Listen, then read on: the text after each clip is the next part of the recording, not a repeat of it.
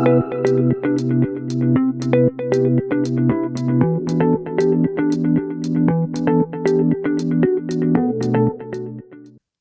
give you something of an introduction, Siobhan mentioned to you that I'm the technical lead for Bitumen. I am. Chemistry is my thing. I've always been interested in chemistry from a school age. I was fascinated in what made things colored, why things changed, why things aged, including myself. And to this day, I would say that bitumen is probably the most fascinating subject I've ever looked at chemically. We say bitumen's a very misunderstood material, and to a certain extent, it is. And what we in Eurobitumen aim to do is to provide the positive image of bitumen and show how it makes a contribution. And so let's have a look at the chemistry of bitumen. But I always like to start with a question whenever I'm running any form of webinar or training session. And let's just ask ourselves, what is bitumen? Because there are a number of different ways that we could describe it. Probably one of the best ways is to describe it as it's a vital component in asphalt mixtures. It's the glue, it's the adhesive, the lubricant that holds everything together in an asphalt mix. It's equally a waterproofing material, and the chemistry of bitumen defines the way that it is waterproof, that it resists water, and that makes it a very important component for roofing, waterproofing membranes, and also for sealants. It's an insulating material. It insulates both against sound and against electricity, and that allows it to be used in insulating foils and cables and those sorts of things. And just to continue on the contribution that bitumen can make, it is a sustainable material. It's a material that comes from crude oil, but it's never burnt. It can be recycled over and over again as part of a vital component of an asphalt mix or a roofing or a waterproofing membrane. It can be recycled and recycled over and over again. There are very, very few materials at all that can stake that claim. And categorically, it is not a waste material. It is somewhat frustrating when you see some things out there that are written about bitumen, and they describe it as this waste product from oil refining. It absolutely isn't. It is not a waste. So if we wrap all of those things up, what can we say? Well, we can say that bitumen is it's a versatile, well-established, fully sustainable construction and engineering material. But I've just spent about 2 minutes talking about bitumen, and I haven't even begun to talk about the chemistry of it. So let's have a look at how we can define bitumen chemically. Well, there are a number of ways. Here I looked at two distinct sources, one from a European Commission document and the other from the Oxford English Dictionary. So let's take the second one first, which describes bitumen as a naturally occurring, dark-coloured, semi-solid hydrocarbon with a pitch-like odour, commonly used for roofing and road construction. Well, what can we take out of that chemically? It's dark-coloured, it's semi-solid, it has a peculiar odour, but we're still not finding out much about the chemistry of this fascinating engineering material. So let's look in more detail at that European Commission definition. And we have some common things in there with the Oxford English Dictionary definition. It's a complex combination of high molecular weight materials. So these are big complicated molecules that form the backbone, that form the composition of bitumen. And it contains a relatively high proportion of hydrocarbons, materials just made from carbon and hydrogen. And if we want to get a figure on how big those molecules are, they are predominantly bigger than C25. That means we've got, in general terms, most of the molecules within bitumen consist of a chain or a ring, which contains a minimum of 25 carbon atoms. Put that into comparison with things like natural gas, methane is a single carbon atom. Butane, propane, 2 and 3 carbon atoms linked together. So you get an idea of the scale. So it's an order of magnitude bigger than some of our everyday hydrocarbon materials. What else does it say in that definition? Well, it talks about bitumen containing various metals, and that's true. And these metals, such as nickel, iron, vanadium, occur to a greater or lesser extent depending on the actual origin of the crude oil, and hence the origin of the bitumen. So I prefer that top definition because it starts to give you some indication of the fascinating range of molecules that go together to create our bitumen. What happens if we start to do some analysis? We can do this. We can use a range of different chemical techniques. And today I'm not necessarily going to go into details on how we do this, but we can break down the constituents of bitumen into a number of different elements. And the single most important element within bitumen is carbon. Typically, our bitumen will consist of somewhere between 80 to 85% carbon. Next on the list is hydrogen, typically around about 10%. And then the other materials, the other elements, start to fall away in concentration. We may have some nitrogen, some sulfur, and some oxygen. They will tend to range anywhere between 0 and let's say 6% in the case of sulfur. So you can see how much it is dominated by the chemistry of carbon, and carbon chemistry is pretty complex. Carbon can react in any number of different ways. When we talk about the metals content, it's an entirely different scale. So the top half of this table, which talks about the elements carbon, hydrogen through to sulfur and oxygen, is in percent. In terms of the metals content, we're looking at parts per million.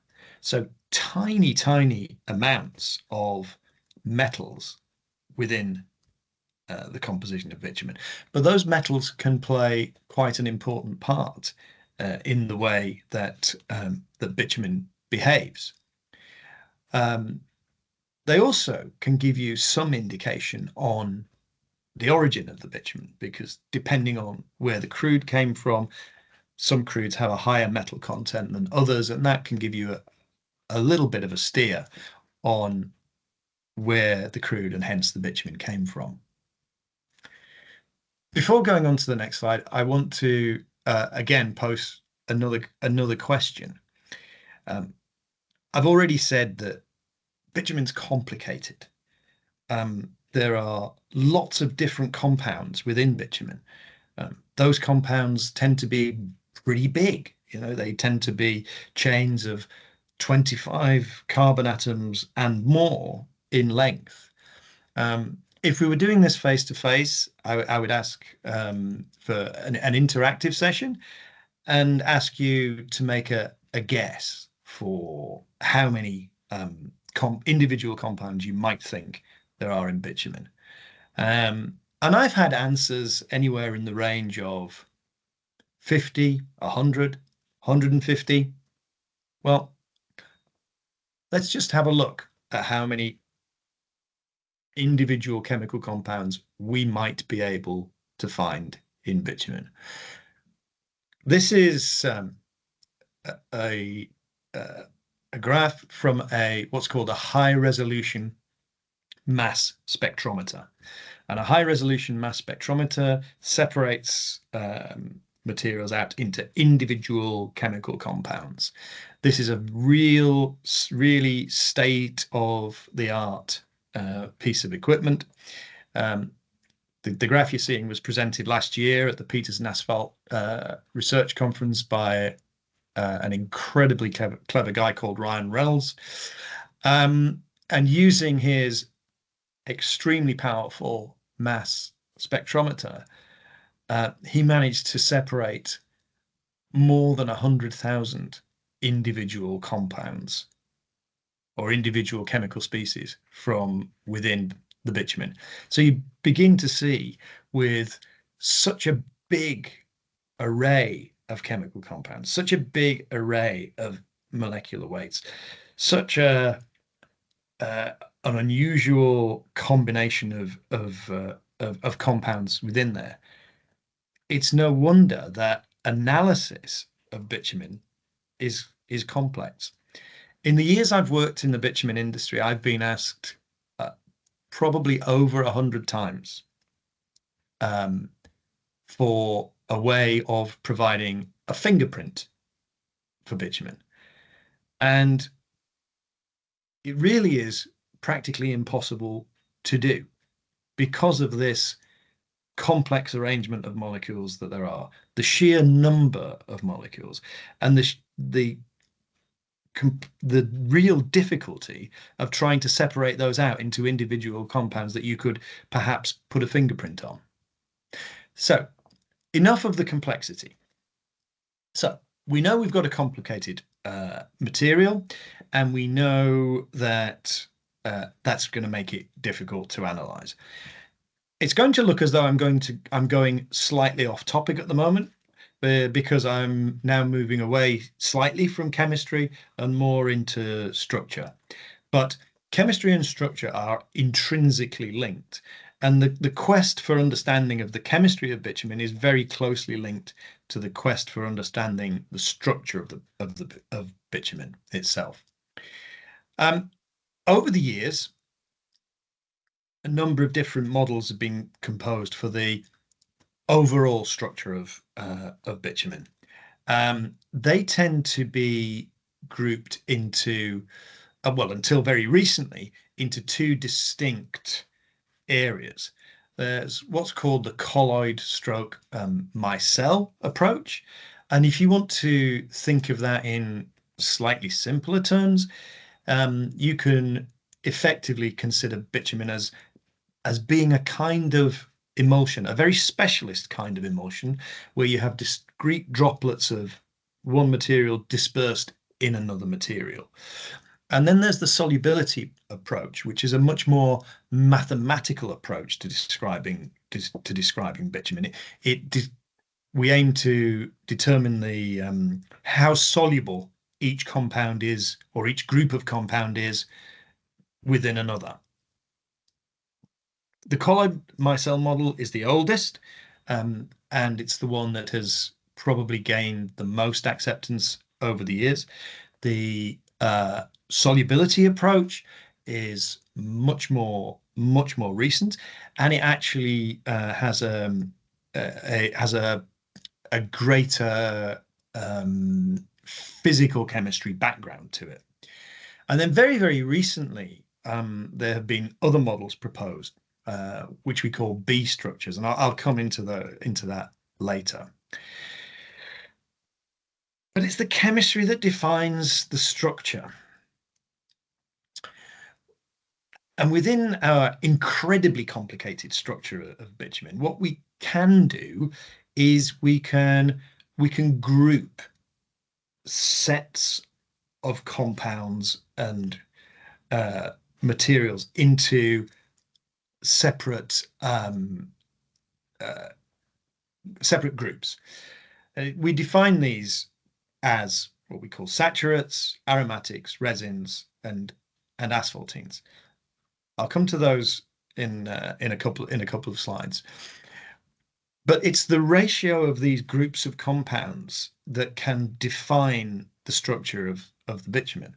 And we can define this thing called a colloidal instability index that defines how stable the bitumen will be, and also how whether or not other materials that we want to put into the bitumen, polymers, for example, whether or not the polymer will be particularly stable within that system. So ultimately, everything comes back to the chemistry. The structure comes back to the chemistry, the performance, everything else comes back to the chemistry, and that's why the chemistry is important. So let's look at some structures. Let's look at the oldest, the classical micelle model. If you remember, I said it's a little bit like thinking of bitumen as a kind of emulsion paint, where we have discrete droplets surrounded by a matrix. And in the case of our classical micelle model for bitumen, it's not quite as easy as that.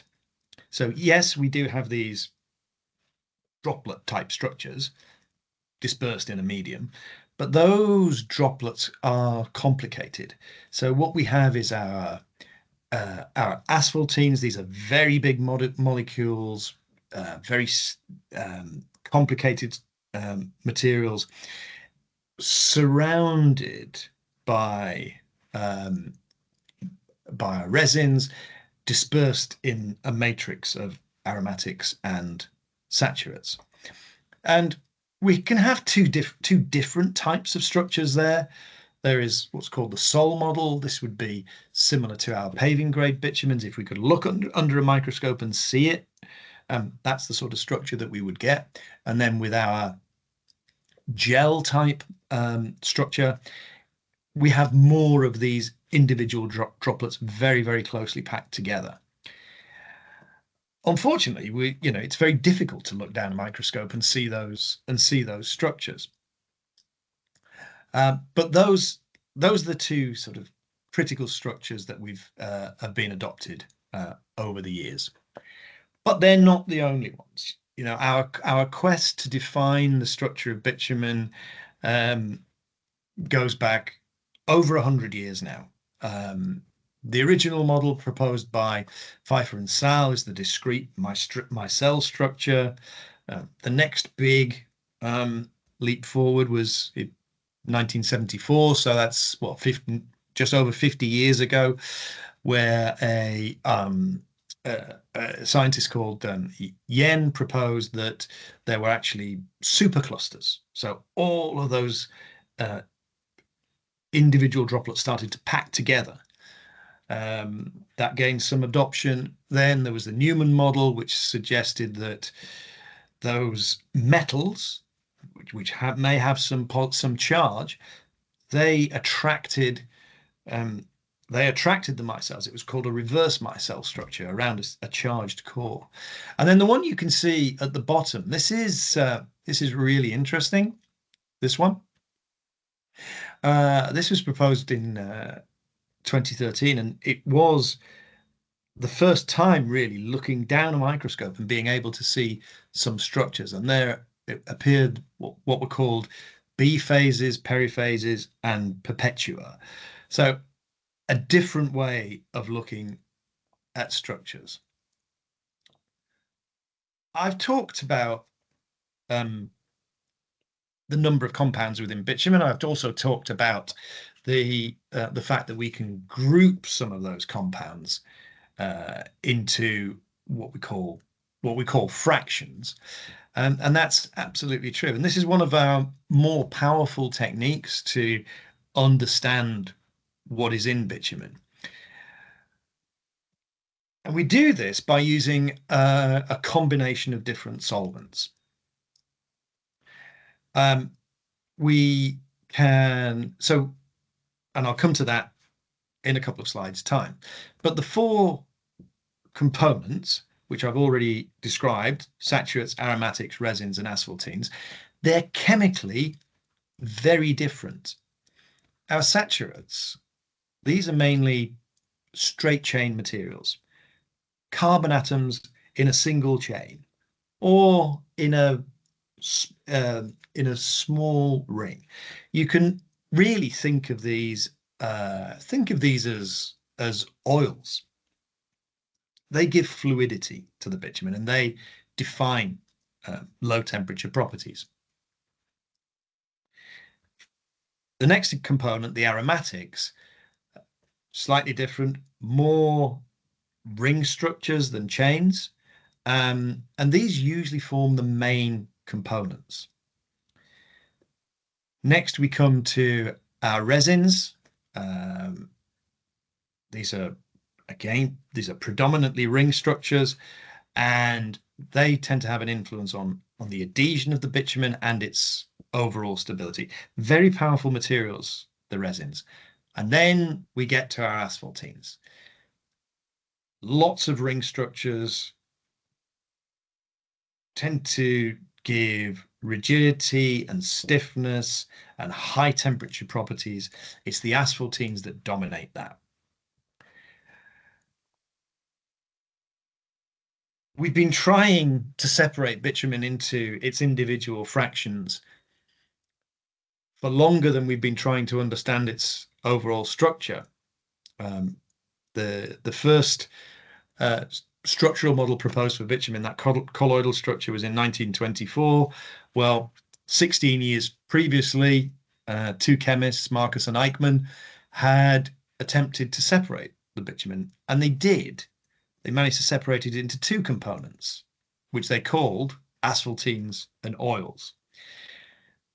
And then over the years, there have been so many different methods, so many different descriptions of those fractions, from 1913 all the way through to 1960,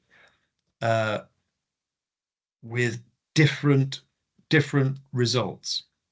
However, the one thing that is consistent and always has been consistent when we've been looking at our bitumen fractionation is there is one group of molecules that always appear, and it's asphaltenes. 1908, 1913, 48, 49, 53, 55, and 60. The asphaltenes are the common perpetual group of molecules, however we choose to fractionate the bitumen. The other mechanisms give us different groups of other compounds.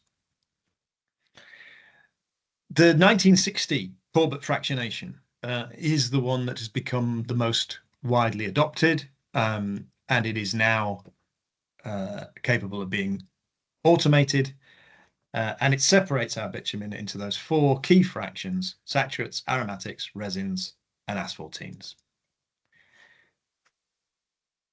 To do our fractionation, we take our bitumen and we dissolve it in a solvent, which is N-heptane. And once we've dissolved it, we find we have some insoluble materials. And those insoluble materials in N-heptane are our asphaltenes. And that's the first phase of the separation. So we take our asphaltenes out. If we then take what's left of our solution in N-heptane and we pass it through a column chromatograph, this is in its oldest form would be a glass cylinder, which is full of finely divided silica, and it separates things on molecular size. And if we continue to pass our N-heptane solution through there, we get some soluble materials out of that, and that's our saturates. But if we then change the solvent to something that's a little bit more polar, something that's a little bit more aromatic, and we continue to wash, then we extract from that a series of molecules which are our aromatics. And then if we change again to toluene and methanol, more polar, what comes out are our resins. And it's this Sara fractionation which has really stood the test of time. So let's have a look at how that influences how the composition of bitumen changes with grades. So here we're plotting our saturates, aromatics, resins, and asphaltenes against 3 different paving grades, an oxidized grade, and a specialist bitumen called a propane deasphalted bitumen. That's a bitumen that's been through an extraction process in its manufacturing. Things to take away from this: in all grades, the aromatics dominate. There are more aromatics in the bitumen than any of the other components. Saturates tend to be in relatively low concentration, and our asphaltenes increase as the bitumen gets harder. So as we go from 160-220 to 40-60 to 30-45, and then to an oxidized bitumen, you can see that the the asphaltene content increases. And that links back to what I said earlier about the asphaltenes dominating high temperature properties. Our propane deasphalted bitumen, you can see a complete difference in chemical composition there, because it's been through this different production process, that the aromatic content is much higher than any of the other components, and the asphaltene content is much lower. There are subtle changes in the other components, the resins, but generally speaking, it's dominated by changes in asphaltenes and in aromatics.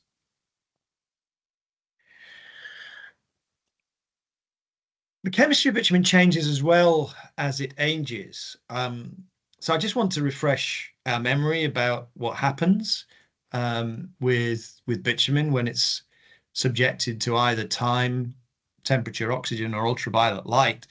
The bitumen gets stiffer. It becomes a little bit more brittle. Its viscosity goes up. If we test the needle penetration as we age it, it goes down. The ring and ball softening point will increase. The viscosity will increase. These are well-documented physical changes. How do they relate to chemistry? Well, some things we can comment on. First of all, that as the bitumen ages, we tend to have some evaporation of our saturates, because they are the more volatile components within the bitumen structure. There is a chemical process which converts our aromatics and resins into asphaltenes. There's an increase in molecular weight, and that would happen for a number of reasons. One, we're converting our asphaltenes and resins into our aromatics, and resins into asphaltenes, and those are bigger molecules, so the molecular weight should increase. But also, as we age our bitumen, the bitumen is absorbing oxygen, and that leads to an increase in molecular weight.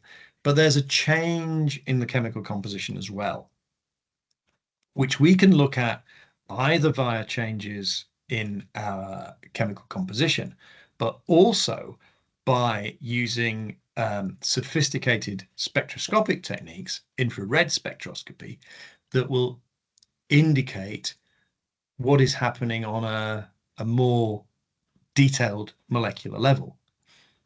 And we can look at this at different stages of aging. So let's have a look at what happens within within a typical bitumen as it goes through the aging process. Here we have our unaged bitumen. Here we have our short-term aged bitumen from the rolling thin film oven test, and here our long-term aged bitumen as described by the pressure aging vessel test. Let's have a look at what's happening. Our saturates are decreasing. Our aromatics are decreasing. Our asphaltenes are growing.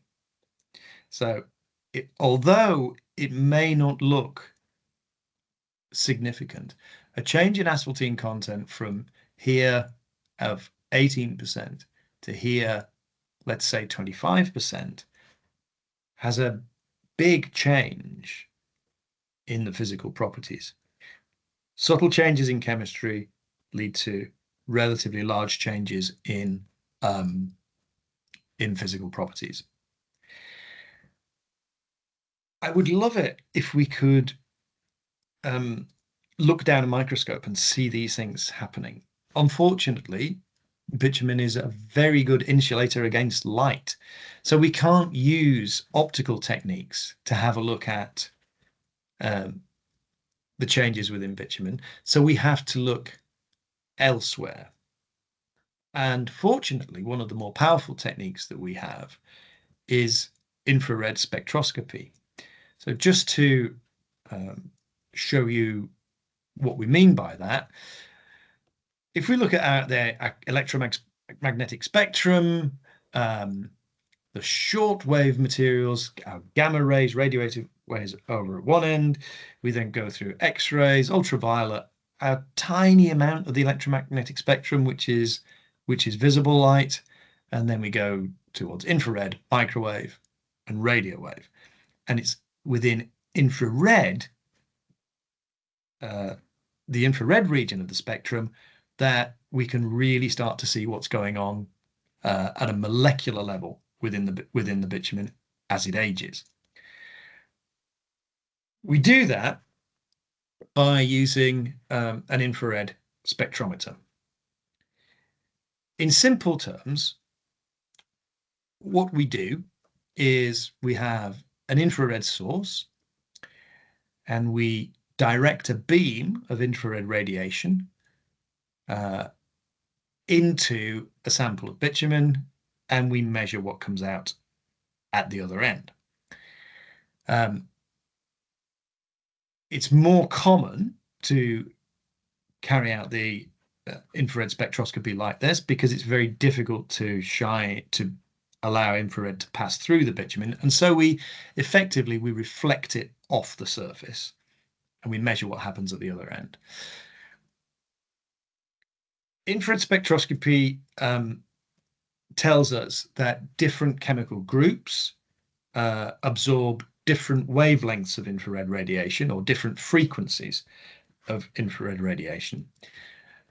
We don't need to concern ourselves too much about the all of the different groups that there are within the bitumen and where they absorb on that infrared spectrum, because we can focus on two particular areas,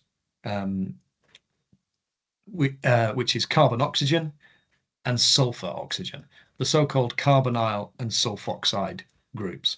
And these are the two which are relatively easy to characterize when it comes to bitumen aging. Let's look at a typical spectrum of a typical infrared spectrum of bitumen from unaged, RT4 aged, and PAV aged. Now, those curves look really similar, don't they? It looks as though nothing has really happened. However, here we're looking at all of the spectrum. Let's focus in on two particular particular areas. The area around here, which is what we call the carbonyl region, and the area around here, which is what we call the sulfoxide region. Now we start to see a difference. When we home in on that particular part of the spectrum, we can see that there is a growth in the carbonyl function, a significant growth in absorption here. What's happening here is we're getting more and more carbon-oxygen bonds of a specific type of carbon-oxygen bonds. And it demonstrates to us that the bitumen is absorbing oxygen as it ages. It's also true, this is the sulfoxide region during aging, and the same thing happens. A significant growth, a significant absorption of oxygen into the bitumen itself.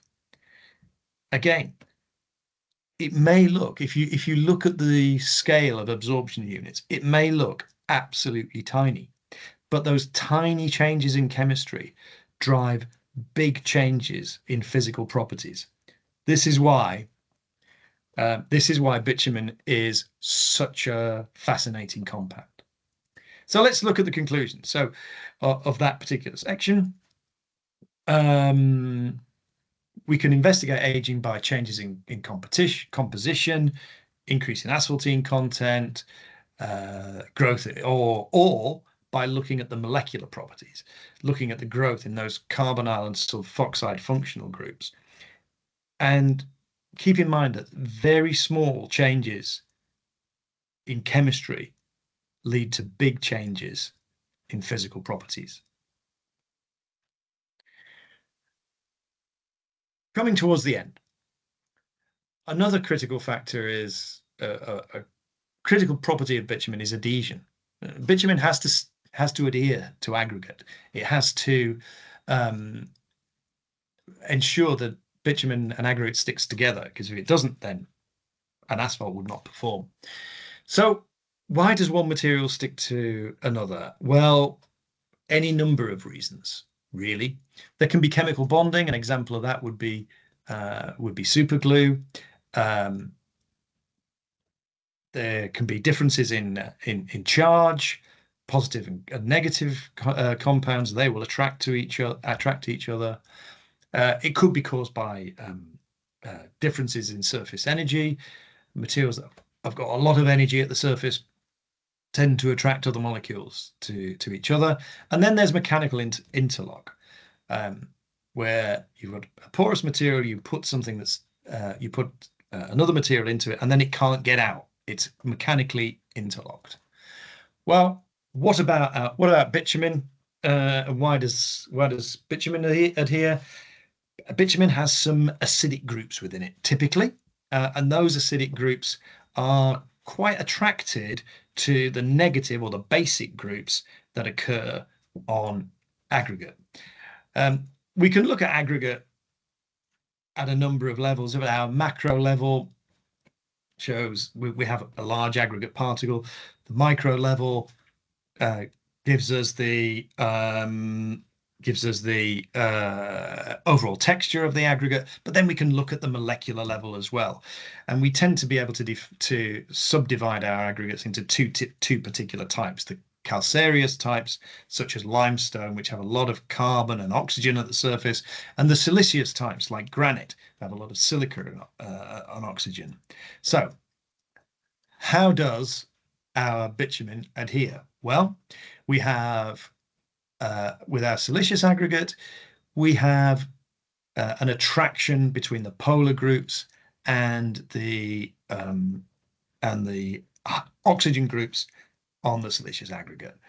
With our calcareous aggregate, there's a stronger attraction between the polar groups within the bitumen and the carbon at the surface, and the oxygen at the surface, sorry.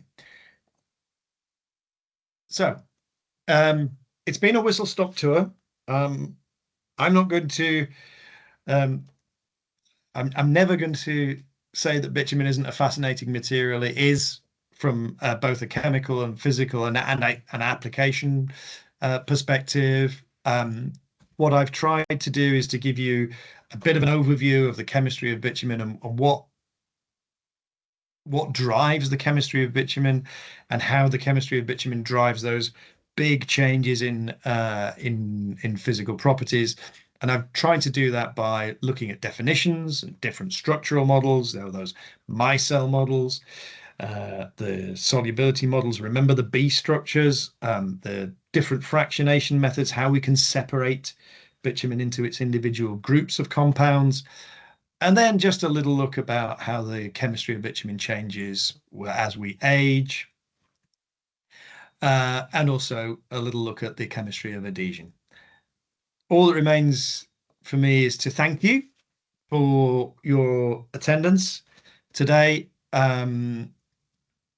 If you need more information on this or on any aspect of this fascinating material that we call bitumen, please, those are the contact details.